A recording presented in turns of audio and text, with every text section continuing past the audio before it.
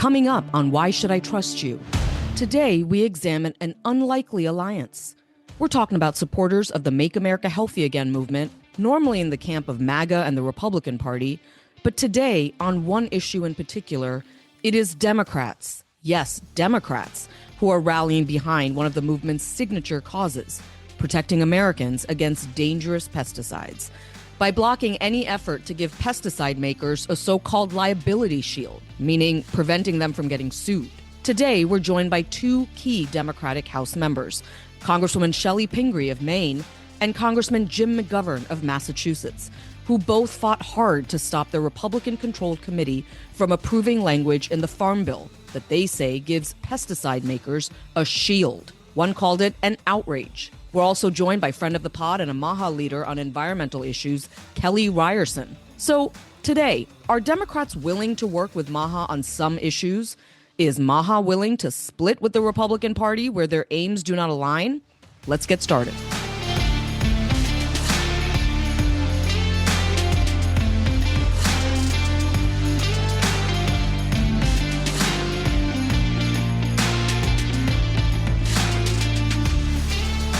Hey, welcome, everyone. Yeah, welcome. We have a fascinating show for you today. It's about politics and the midterms, industry, corporate capture, big ag, environmental activism, all wrapped up in one.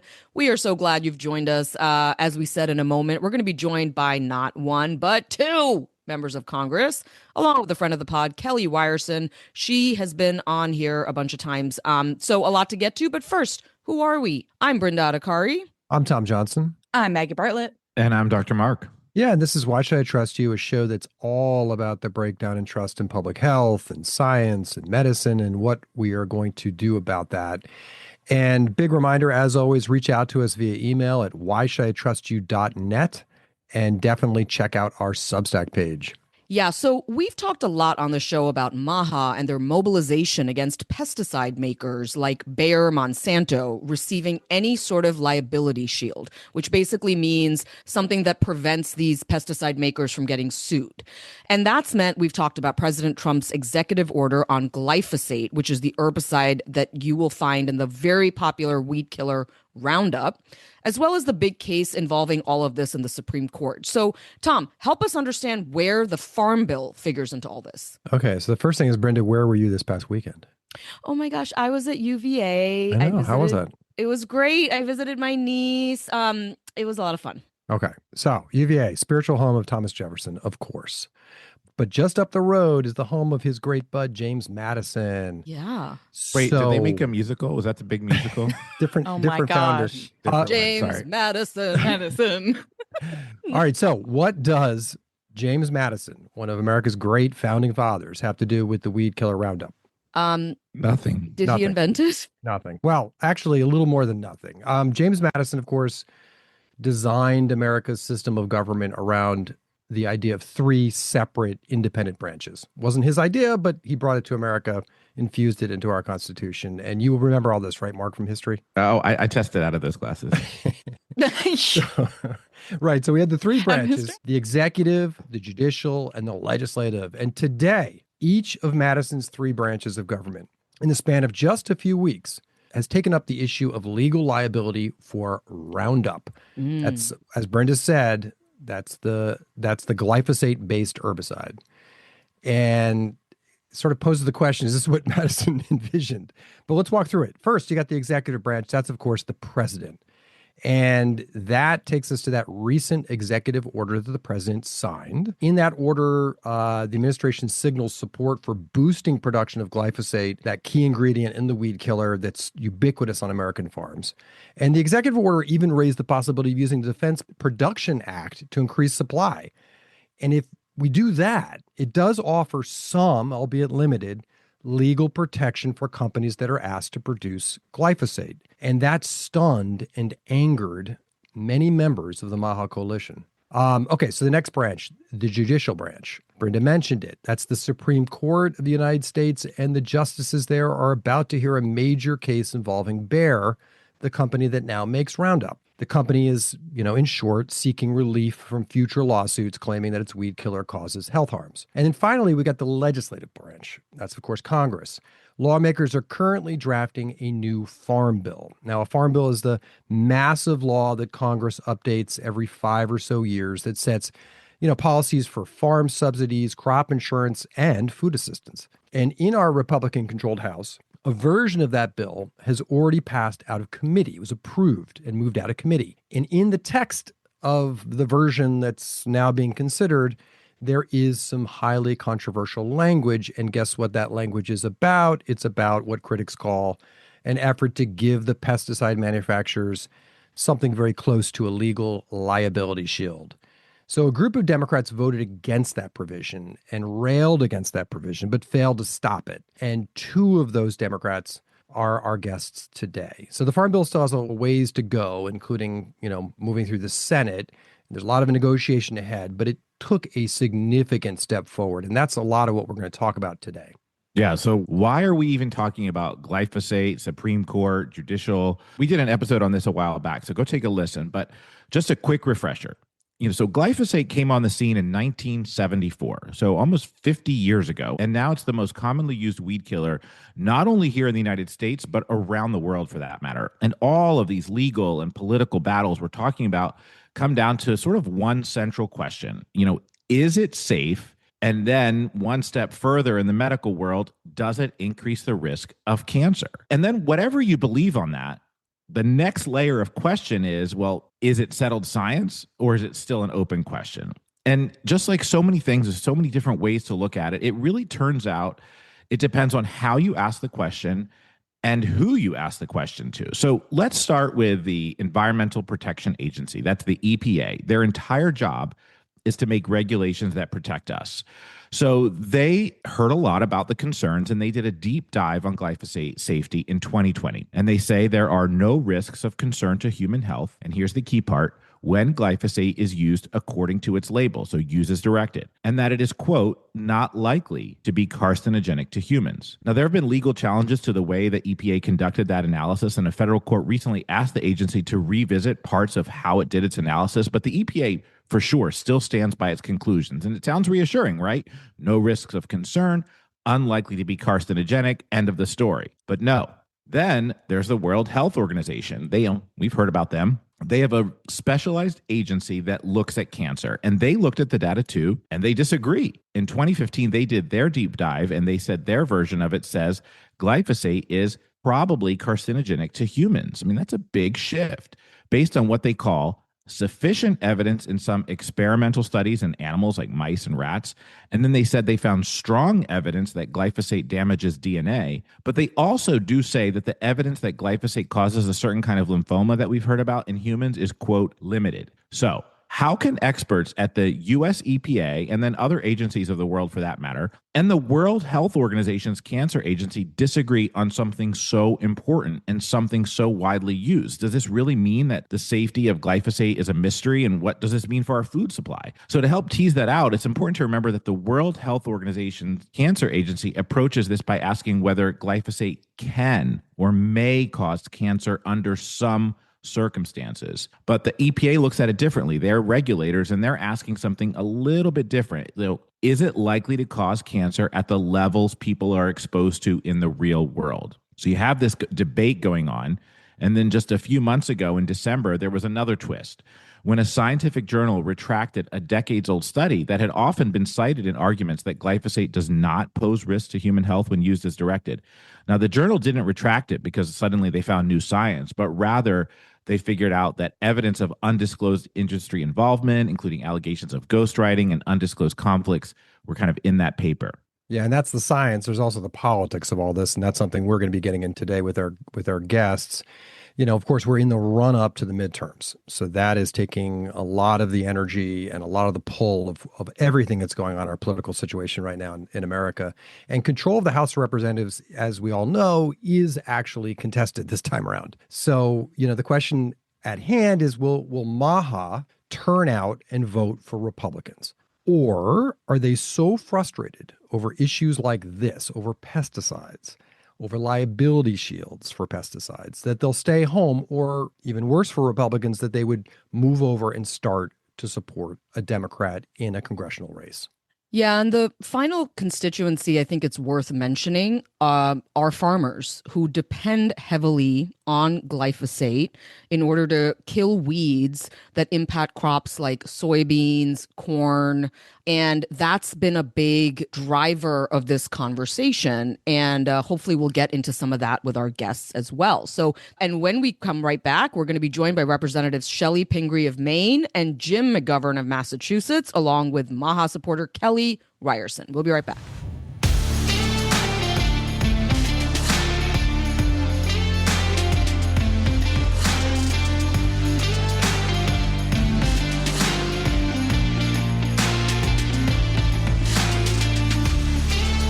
Okay, welcome back. And a big Why Should I Trust You? Welcome to our guests.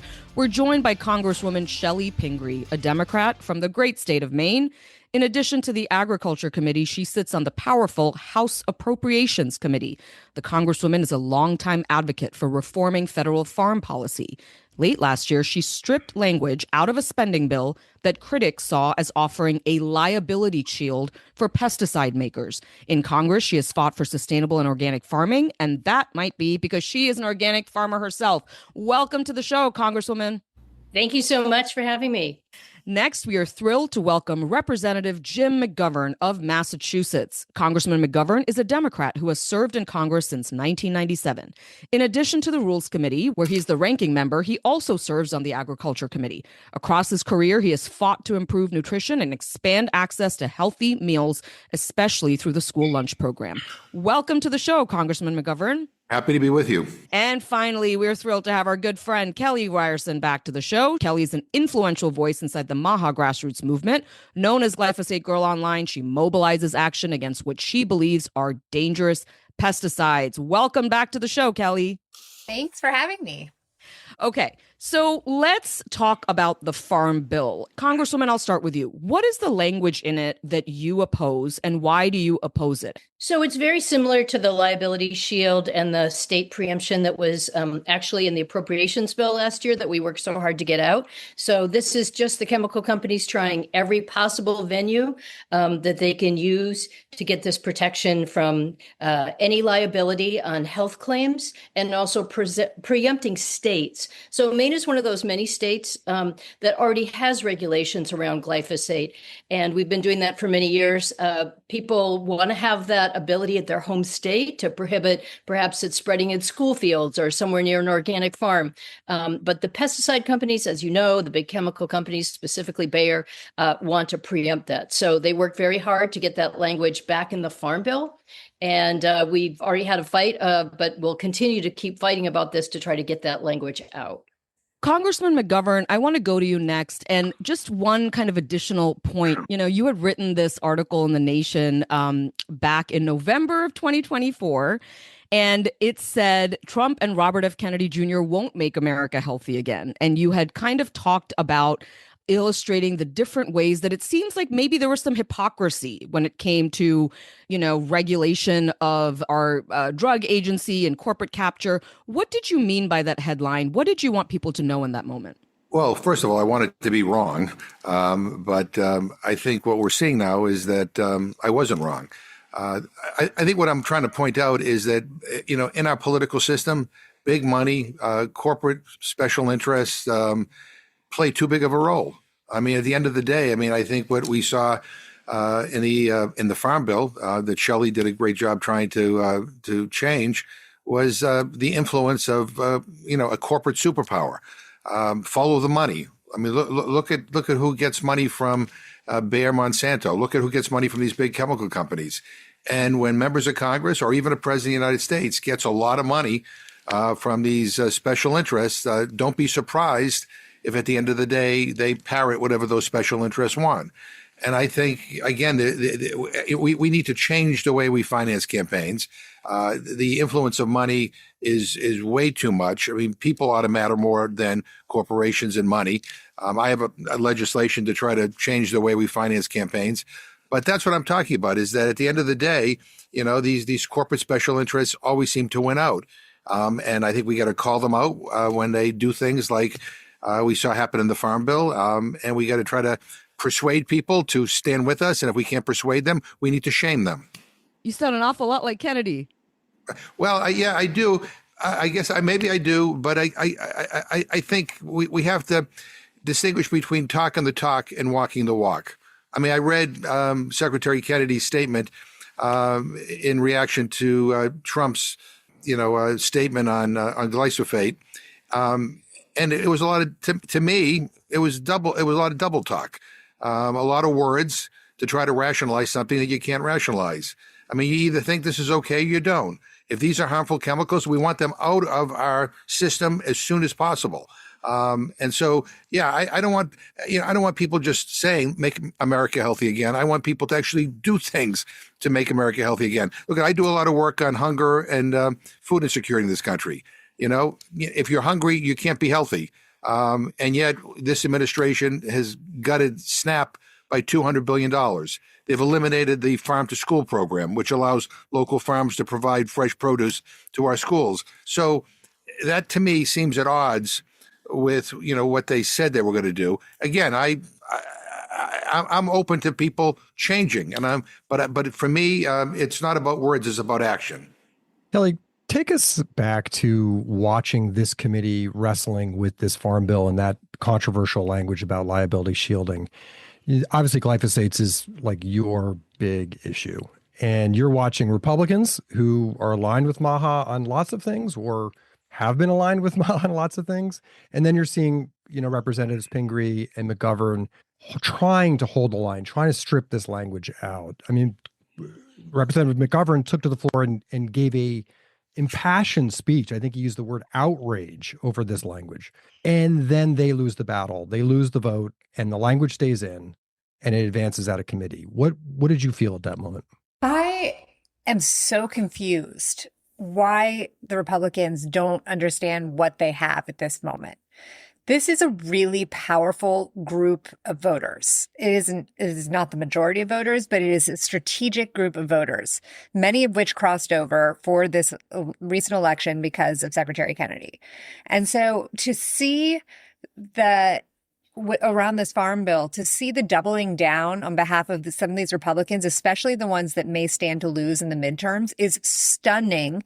And it shows a complete disconnect between what the constituents want and what the Republicans in this case are just doubling down on.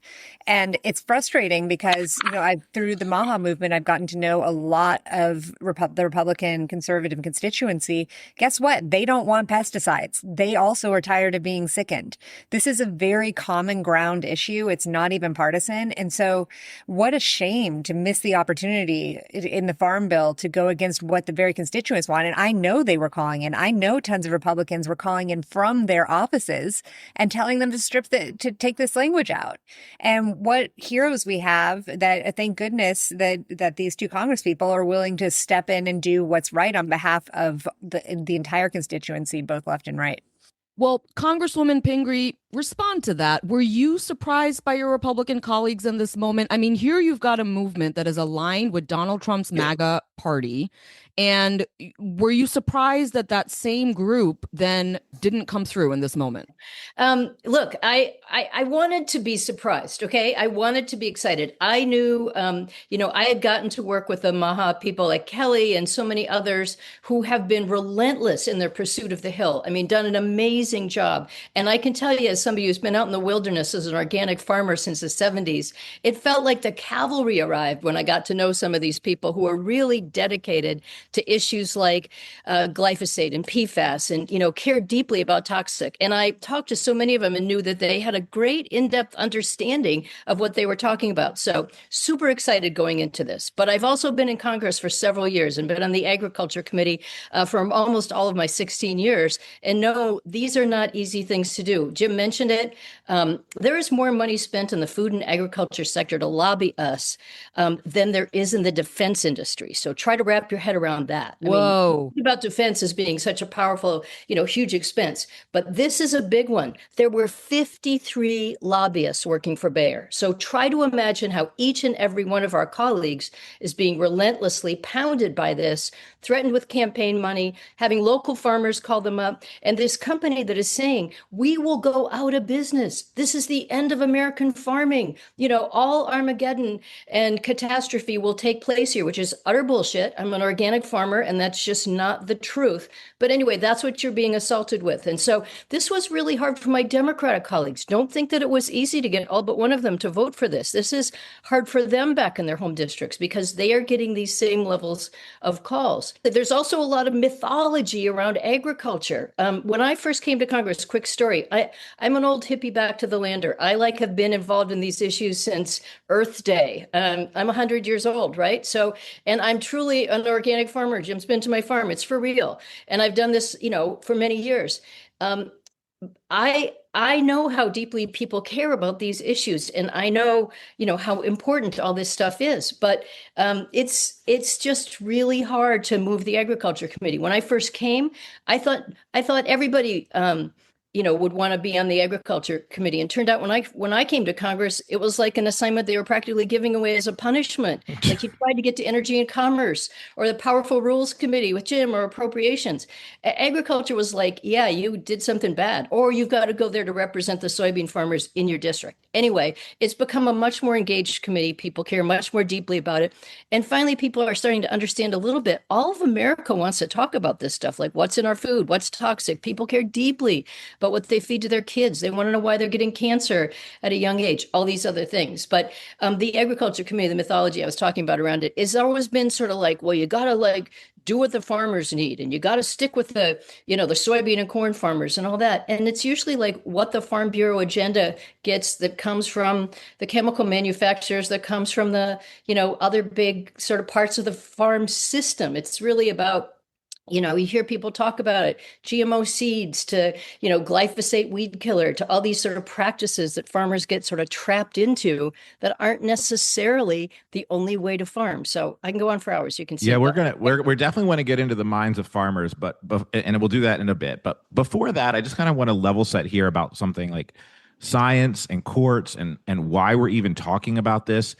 I guess we have the EPA, and those are our regulators, and they've repeatedly concluded that it's not likely to cause cancer at, when you use it as directed, at real world exposure levels.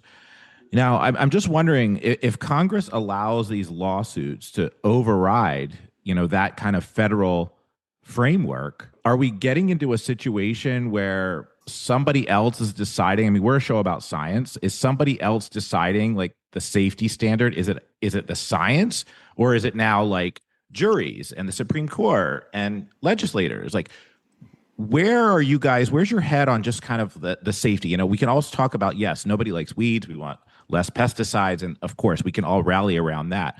But if we're talking about like our nation's food supply, like, how do you guys look at this in terms of just like, is it really safe? Is it healthy enough for us to be using in the way we're using it? Congressman McGovern. Oh, yeah. Well, I mean, the WHO, the World Health Organization, says that glyphosate causes cancer. And I think one of my critiques of— Well, they don't say it causes cancer. I just want to they say it's probably— Okay, well, that's good enough for me. Okay, that's good enough for you. That's good enough for me. If you tell me it probably causes cancer, I don't want it. Okay. The other thing I would argue is that when it comes to kind of regulating the chemical industry, our government, under both Republicans and Democrats, has relied too heavily not on independent science, but on the science provided to them by the chemical companies. So, I'm sorry, I just don't have a lot of trust. And when somebody says to me that the government has determined that this is all safe, I don't believe it is. And other countries around the world don't believe it is. And most people that I talk to back home when we have these conversations about this, agree with, Chellie and Kelly here that, we ought to do something differently here. We have a different approach. And I'm just go back to the Farm Bill. What really pisses me off is that this change was made with not like extensive hearings, with not without extensive debate, and it just kind of just shoved in there. And you ask why? Well, follow the money. And now, if this Farm Bill comes to the floor, it'll come to the Rules Committee, which I'm on, and I'm willing to bet that they will not allow an amendment to strip this language from the Farm Bill. So this is all kind of the fix is in on this. And I think it's a lousy way to legislate. And I think it's, quite frankly, not in the best interest of our constituents. So you're saying, like, if I'm understanding that you don't think it's safe, but if we must use it, we need to have this kind of, not have a shield in place. Yeah, what I'm saying is that, yes, I mean, and what I'm saying, and that's what I am saying. I'm also saying that Congress should do its goddamn job. I mean, right? I mean, you ought to do hearings. You ought to have debates. You ought to have markups. You ought to have, we ought to be able to debate this on the House floor. And we ought to get the administration, no matter who it is, to stop relying so much on industry data and start funding more independent, scientific studies on this stuff. Now, Kelly, you have a different take on kind of like the bar for safety. Tell us a little bit about it. Oh, I would say I'm totally aligned with what Congressman McGovern just said. I am disgusted by the EPA, not just this EPA, but ongoing through the years since the very birth of glyphosate and other pesticides. The amount of cover up that goes on in order for the chemical companies to continue making profit is abhorrent. And I remember when I first got into the pesticide world, I genuinely thought that the EPA did do responsible regulation.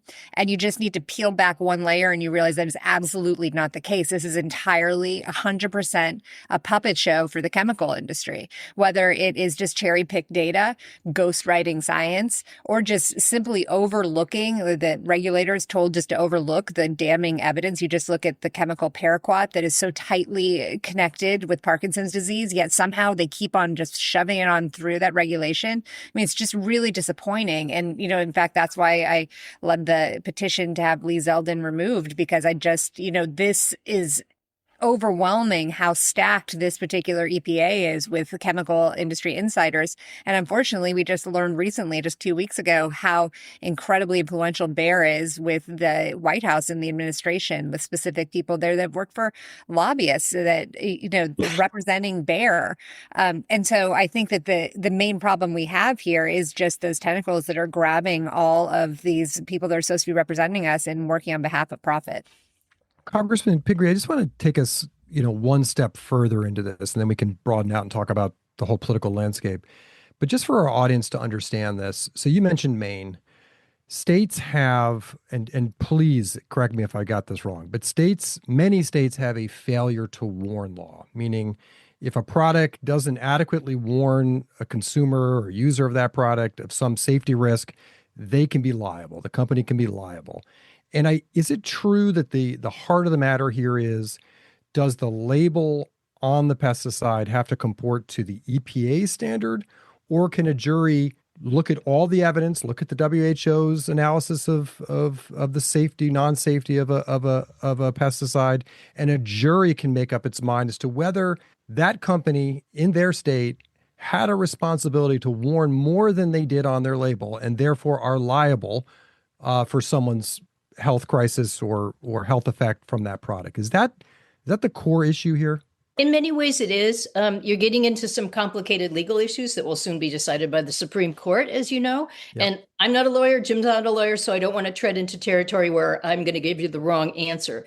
But overall, that is at the core, in many ways, of the problem. Another part of the problem, I think, is what you've all been talking about, is we don't always have a high-functioning EPA. It changes between administrations. You're seeing an administration that's rolling back a ton of the protections from the last administration's chemicals that we once decided weren't safe are now suddenly going to be allowed to be used again. You see corruption at the EPA or other entities over time, or just bumbling mistakes, partly because of what Jim said. They use too much chemical company and outside data. Just very recently, a letter was discredited. It's been used for the last 15 or more years to justify the safety of glyphosate. And the scientists withdrew it last year and said, well, actually, we got most of our writing from Bayer, from Monsanto. They wrote that part for us. So, I mean, how does it get any more graphic than that? They wrote the friggin' letter that we're still using to justify the standard. Now, chemicals are supposed to be reanalyzed. My understanding that as this has not been updated since 1993. So one of the arguments that they make in the States is, what if you have new health information? God knows we know a lot more than we did in 1993. We know more than we did 5 years ago. And lots more is coming to light. So if a state says, wow, we know because of data that the WHO published or other things that scientists are talking about, or other things we understand about hormonal health or a whole bunch of other things. Now we're saying, yeah, this isn't actually safe. We damn well know that the company knows this stuff. They analyze everything all the time. So for them to say like, well, we didn't have to warn you because the EPA didn't say it, because they haven't done a recent update,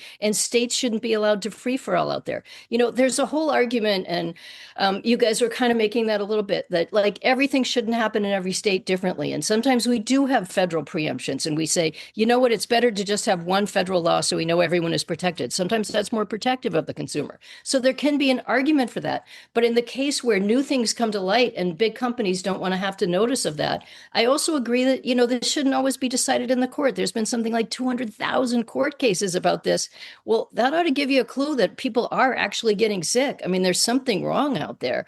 And when people want to keep bringing it to court, of course, it's better to have a federal regulator that works all the time. That is really how our system should function. And I agree with RFK. There are a lot of things about our system that have not been done in the best way. And the chemical companies have had a way with it for as long as we've been making chemicals, or at least post-World War II, when we really started developing chemical agriculture. So yeah, there's a lot of things wrong with this system, but you can't take it all away at once, and you can't take away the health protections from Americans.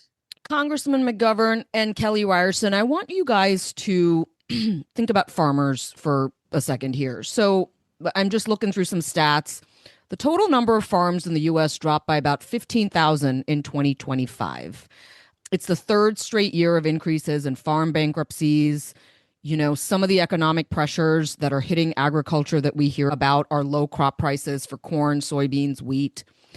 Some farmer may be listening to this conversation and right now and saying, man, this is terrifying me. Like they're going to take a tool away from me. Congressman McGovern, how do you respond to that? Well, first of all, I'm not a lawyer, and I'm not a farmer like Chellie either. So my family owns a package store in Worcester, Massachusetts. So that's a liquor store for those who are outside of Massachusetts. So I'm not as well versed on all these things. But look, I think let me just go back to something that was said before. I mean, if all this was so safe, why do these companies need liability protection? If everything was just so on the up and up here, why are they going to all these extraordinary lengths to basically protect themselves from any lawsuits? That's a question that I think people need to consider. Secondly, look, what we should be doing is incentivizing and supporting our farmers in different ways to help them transition away from this heavy reliance on pesticides. We subsidize our farmers in a whole bunch of different ways. Sometimes we subsidize bad things in agriculture. Let's subsidize good things. I'm all for that. I want a robust farm economy. I have a lot of farms in Massachusetts. They're small and medium-sized farms. They're not these big mega farms. A lot of them are actually organic farms. They're farms that rely on cover crops and other techniques to try to avoid relying on pesticides. I want to support them. I want to be wind at their back. But federal policy can be adjusted to be able to support that. We can incentivize the kind of behavior that we all say we want to see become a reality here. So, that would be my response, rather than the same old, same old. Mark, go ahead. If we're saying it's not safe and we're saying we need an alternative, is that enough of a discussion? Do we have a realistic plan in place? You have farmers who are literally planting now. They're going to say, I need to stay in business. I need to protect my yield. I need to get the crops out. I need to feed my family. I need to, provide food at the grocery store.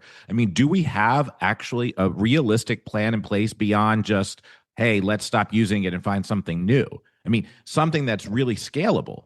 Congresswoman Pingree. Yeah. So, this is one of the things that really galls me about this whole argument. This language that was put into the Farm Bill is additive. It's changing the status quo. You could leave everything alone and nothing would happen. So these guys were trying to give themselves more protection.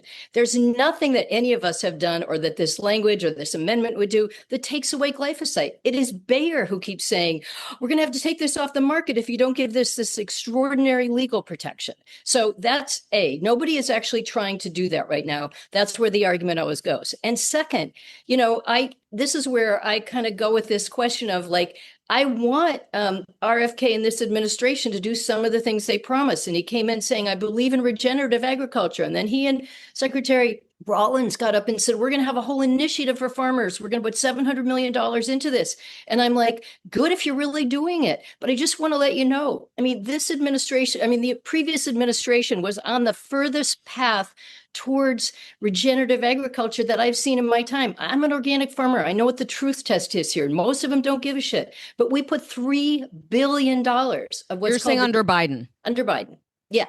Secretary Vilsack 2.0, who was much better than 1.0, put $3 billion into a fund called Climate Smart Agriculture. It's distributed all over the country through small organic organizations in Pennsylvania and Maine and California to give farmers that transition money to ground truth some of these things, putting more organic matter in the soil, cover crops, no-till, all these things. You got to invest in it. They shuffled around $300 million from one of the funds, the conservation funds, $400 million from the EQIP after they stole $1 billion out of the Farm Bill. Anyway, I could get too wonky about this, but the truth is they've taken a lot of those funds away. They're not making a real investment. If they want to make a real investment in helping farmers make this transition, it takes you 3 years to transition to organic. You need that funding behind you. I'm not saying you need an automatic replacement to glyphosate, but you got to have a transition path. And there are millions of acres going on right now. It's an $80 billion business in our country, organic farming, because there is a huge market for it. And we import a ton of it because we're not investing in it. So the last administration did much more than anyone had ever done before. This administration took most of it away because it didn't like the words climate smart or anything else that got associated with it. And it's taken it away. I'm going to be thrilled if they actually put money towards this, but they got to do it. RFK's got to do more than just make a statement and say, this is a transition. And God knows it's not just a bunch of laser-powered weed killers. That's not exactly how you do it. You got to increase the organic matter in the soil. You got to increase the biodiversity of your soil. I mean, it is a whole different system, but we know how to do it. We have thousands of farmers doing it around the country, and you could help more farmers get closer to that. Not everybody's going to be a purist about it. But we were moving on that pathway, and a lot of it they've taken back. Kelly Ryerson, one of the arguments about the liability shield is, if you were to take it away, we are a litigious society and people just sue people, whether or not they have cause. And what do you say to that, right? Because it's the argument that people make when they talk about vaccine liability shields. They talk about pesticide liability shields. And obviously, there were tons of lawsuits against opioid makers. And Johnson & Johnson, I mean, again, my understanding is that they still haven't actually accepted responsibility for the opioid epidemic. They just paid them out. So what's your answer to the idea that it will open floodgates for people taking advantage of a system? I think that the very last stop point before to hold these manufacturers accountable is through lawsuits.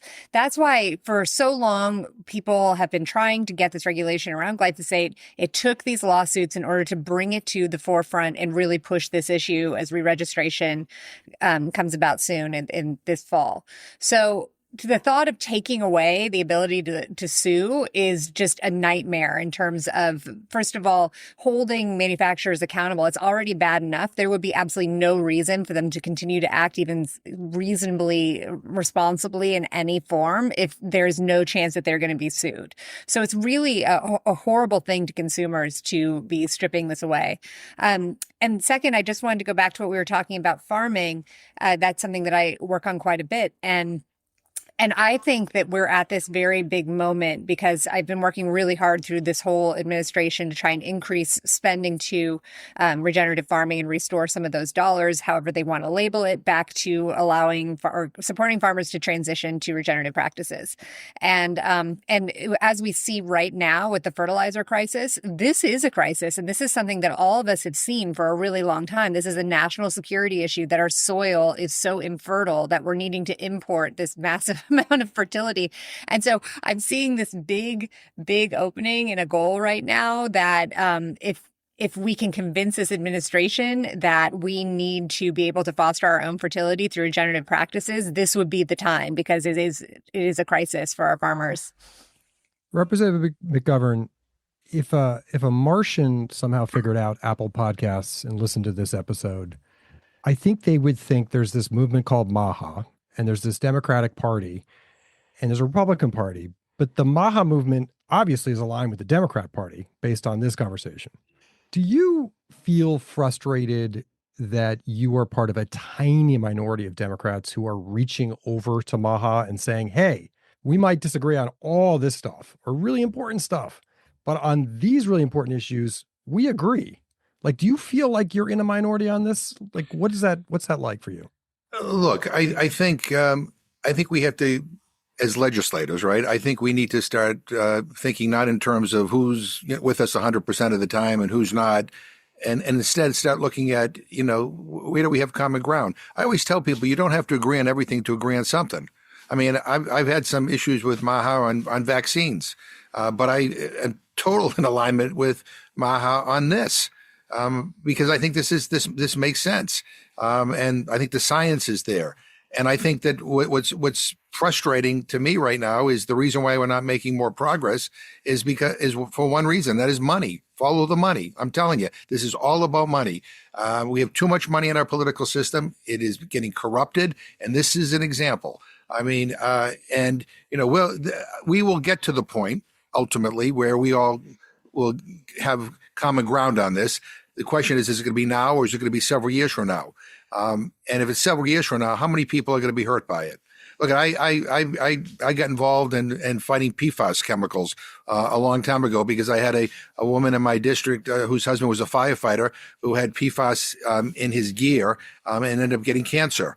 And for the longest time, everybody was just kind of dismissing it as no big deal. And now more and more people are realizing the dangers of PFAS chemicals. Not only in equipment and in our water, they're forever chemicals, but when they get inside of you, they're there forever, right? And they cause cancer. And so we're beginning to move slowly in a direction toward addressing that. But look, again, what we should do is what is right. If you agree with what we're talking about here today, get on board. I don't care if you're a left-wing Democrat like me or you're a right-wing Republican. I mean, if we can agree on this, let's come together and do something about it. That's what our job is supposed to be about. Congresswoman, let me pose this like a similar question to you. Like, you've called yourself a hippie organic farmer, Does it just make you crazy that those issues are inside the Republican Party right now? That the Democrats, I mean, I'm just going to say it, I voted Democrat. Kelly knows that. Other people know that. Is it insane to you that the Democratic Party wasn't able to 100% own these issues and bring along a broad constituency inside their tent on pesticides, on PFAS, on toxic exposures to environmental hazards, on nutrition? Like, these were Democratic issues. What happened? Well, I do get frustrated at times when people think MAHA is something that just newly got invented, or just as you said, that only Republicans believe in these kinds of things. I mean, I felt pretty good at the committee when I got virtually all the Democrats to vote with me on this issue, which proves that they have a longstanding of believing these are important. And many of my colleagues, good grief, have been, long time supporters of a clean environment and clean water and so many of these issues and worked on them along the way. But I've tried to look at it a little bit differently. I first heard about this, last year in my home state of Maine. It's a very libertarian state, lots of organic farmers, lots of people, live off the grid and sort of back to the land. And I saw this growing RFK movement when he was running for president. He came to our state. People got really excited about him. Then when he joined it up with the president, I had people who had been, big supporters of mine or who had worked with me on organic farming issues with the same associations I belonged to and said, hey, I'm not with you anymore. I'm voting with the president. One of them asked me to get him tickets to the inaugural. And I was like, I got to wrap my head around this. And it took me a little while. And I had a lot of conversations with people and said, okay, I've got to see that point where we all cross over. We're not going to agree on everything. I'm not going to work on every one of the issues you care about. But if you're going to talk about PFAS or glyphosate or regenerative farming or healthy food or food is medicine, like I'm already there. And so I tried to look at it as like, I'm stuck here in the wilderness. And as I said before, this is great. If there are Republicans who want to work with me on this, and I've been working with Representative Massey on a variety of these bills forever. He and I both live off the grid. We talk about this crap all the time. So I knew there were people out there, and I'm like, if we can find more of them, but it's still a stretch. I still have to work to find co-sponsors for these bills or other people who work with me on these issues. So we still need a lot more Republicans who are connecting with their constituents and hear what people are saying out there, because I know this is lively. And what do you think that will take to get more Republicans on board? I mean, you've talked about creating a bipartisan MAHA caucus. Yeah, I mean, I think, I mean, Kelly and many of the other people who are working on MAHA issues, they're doing a great job out there of visiting offices and calling people. And I think many of us have to just sit down and say, do we want to win on these issues, or do we just want to pay lip service to it? And I want you to know, I stand up in my own caucus, in Democratic caucuses, or in, meetings of the Ag Committee, and Jim knows. And I say to people, you are missing an opportunity in your home district. If you're in a swing district, if you've got people that you haven't reached out to who believe in this MAHA idea, but think that you can only get there from Republicans. Many people voted for the first time, or voted as reluctant voters for Donald Trump because they thought he was the only one representing MAHA to them. And I'm saying to my Democratic colleagues, you got to tell them that you care about these issues too, because you've been voting this way, for many years in Congress. So it's a mutual problem, but I'm kind of with Jim. Like, if you can find some ways to win on a specific issue, I'm not trying to win, I'm not trying to win over everything and the problems with the political parties. I just were like, hey, we could make some wins here, and this is a really important time for our country. Yeah, and if I could just add, look, I think citizens, need to hold both Republicans and Democrats accountable. I mean, and ask them to do specific things. I mean, I do a lot of work on food security and nutrition and hunger. I have a bill to increase the reimbursement rate for school meals so that we can have more nutritious meals for our kids in school, so we can source more of the food locally from local farms. I have a bill to protect kids from pesticides act. I mean, again, I got 50 Democrats. I don't have any Republicans on it. And I would also say we need to overturn Citizens United. I mean, at the root of so much of what we're talking about is money. It is all about money. And by the way, it's not just a problem for Republicans. It's also a problem for Democrats. And I think, voters need to be more demanding in terms of asking their elected officials to actually do specific things. I always tell people, don't be a cheap date. I mean, if you care about these issues, then ask your representative, no matter what their political party may be, to get on a bill, to actually give a speech, to do something. But you need to do more than just saying, oh, I feel your pain, or, oh, yeah, I hear you, or because politicians are good at that. And what we need is more action up here. I think everybody should go and listen to your speech, when you were in committee, when the Farm Bill was going the way it was going, to kind of get a sense of your passion on these issues, Congressman. I guess my question to you is, as we face the midterms, affordability is like the dominant theme right now.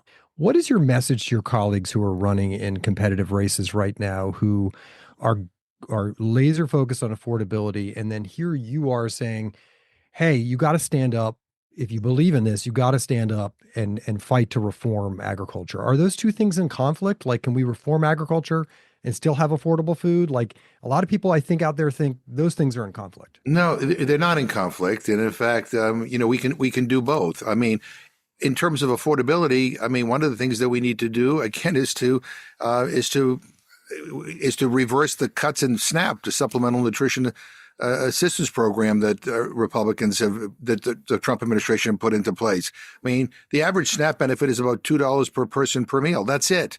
You know what? And it's been cut by $200 billion. So when you talk about affordability, I came to buy a cup of coffee for $2. The coffee in the Capitol here is like $4. And you're talking about the one big beautiful bill. Yeah, that was in the one big beautiful bill. But we had an opportunity in the in the Farm Bill the other day to actually reverse those cuts because it was totally germane.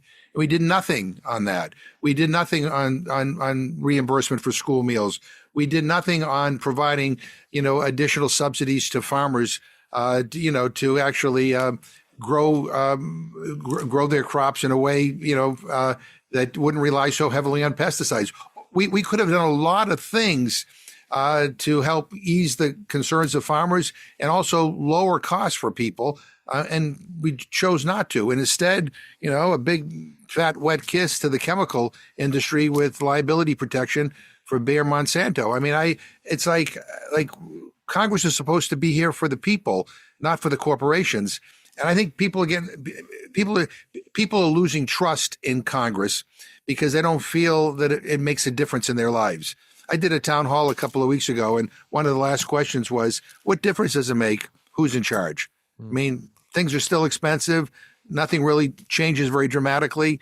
Tell me why. And I think that's a message to Democrats, is that people want you to be bolder, and they want, if you were lucky enough to get power, you got to do stuff. You can't just put it off, and say, oh, it's too complicated. Oh, we might piss this person off or this industry off or whatever. Oh, we got a lot of people who are in the middle and who don't know what to do. Look, we have to act. People are looking for action. People want their lives to get better. And in that, and included in that, is to make sure that the food that they eat and they give their kids is safe. Kelly, here we are with these two very impassioned Democrats jumping up and down on the same issues that you are. You've got maybe Congressman Massey and then retired Congresswoman Marjorie Taylor Greene, who are probably share their enthusiasm on this issue. When you look back at 2024, in some ways, do you kind of feel a little bit of, man, was this alliance kind of a failure? This alliance between MAHA and MAGA? Would Democrats, listen, I'm just going to be honest, if they had put forward a better candidate, I don't know, would they have been a better partner for you on this? What goes through your mind? Well, I came from the Kennedy camp, so I'm more like the people that are in the Pingree district. I ate organically, eat organically. I'm that person. I'm like, so many people that supported Kennedy for finally giving a public face to these issues in a very large way. And so coming in, and let's not forget that he tried to run as a Democrat, and we were all there for it. And the Democratic Party actively tried to get him off at the ballot in the state level. And, that was very frustrating to all of us, that we felt like we had this great candidate to come forward. And I know vaccines get a lot of headlines, but the polls show that MAHA is mostly food. That's a subsection. It's the food and pesticides that really was driving a large part of this MAHA movement. And so it was disappointing. And I think that was I think that the Republicans in the Trump administration taking in MAHA and promising, Kennedy a spot on these things. Now, I personally would have rather seen him head of EPA. I think that he was well situated for that. He's been offered that position in previous administrations under Obama.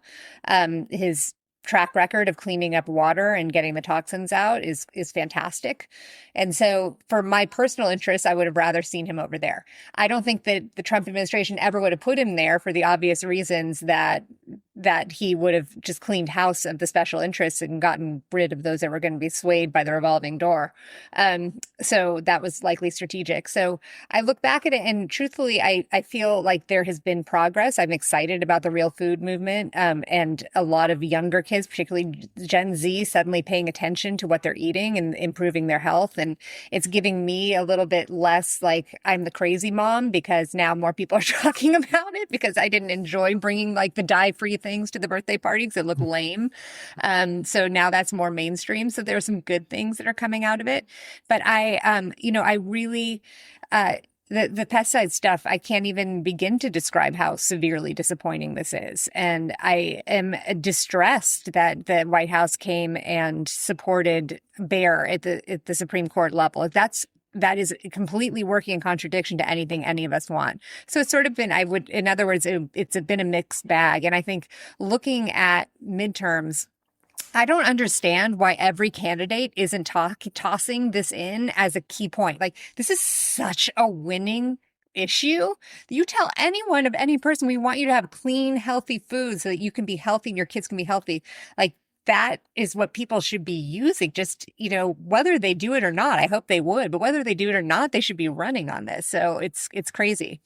Congressman McGovern, Kelly, you just mentioned, what the White House is doing and how they're, shaping things. And as we wind down, I really don't want to miss an opportunity to ask the top Democrat on the House Rules Committee what he thinks is going on in Washington and with Congress right now. You're the ranking member of the Rules Committee. And for people who don't know, you're essentially the traffic cop. You decide what legislation reaches the House floor. And I know you're the ranking member, but You've also been around for a while. You've seen multiple administrations. And right now we are seeing major moves from, we talked about the different branches. We talked about the executive branch. I mean, we've talked about it on the show, the restructuring of the HHS, how there's oversight of NIH and the CDC. And we've talked about tariffs. And we don't talk about a lot on this show, but, the nation is talking about that. And then, just the news over the last few weeks, Venezuela, Iran. How do you feel? There's a lot happening. How do you feel Congress is doing in its oversight role? Are we watching like the executive branch and just reacting? Are we, putting forth legislation in a way, like you talked a little bit about it earlier, about we should have more discussion, but right. What is happening in Washington? Yeah, well, that's a good question. I mean, Congress is failing miserably. I mean, this is becoming a place where trivial issues get debated passionately and important ones not at all. I'm on the Rules Committee. I mean, right? I mean, we're the committee that decides what amendments can be offered on the House floor. This is the most closed Congress in the history of our country. I mean, which means that almost every bill that comes to the floor, no amendments are allowed. You got to take it or leave it. So, I mean, we may want to, improve a bill, and the leadership of this House is denying that. Look, I mean, Congress should be a place where, these ideas get debated and people get to vote on them. And then depending how they vote, their constituents can hold them accountable. But that is not happening here. And again, the issues we're talking about here, again, the safety of our food, chemicals in our food system. I mean, those are big issues. Anybody who's a parent, should be concerned about this issue. I would also say, and I would wish that RFK would join with us on this, that to me, one of the major MAHA issues should be food security. I mean, and he should be fighting against these SNAP cuts and making sure, in fact, we should be expanding SNAP benefits, and we should be increasing the reimbursement for meals in our schools. Because if you're hungry, you cannot be healthy. If you're hungry, you cannot learn in school. And if you're, you could talk all you want about getting rid of ultra processed foods, but that costs money. And if you're not going to provide the funding to our schools, if you're not going to enable people working full time to be able to afford the kinds of foods that we all want everybody to eat, then, again, you're falling short. So Congress needs to do a better job. I scream every day when I'm in the Rules Committee about how awful this place has become. And I hope that if Democrats take control, that we set a different pathway, that this is a place where we do debate issues, even issues that I disagree with.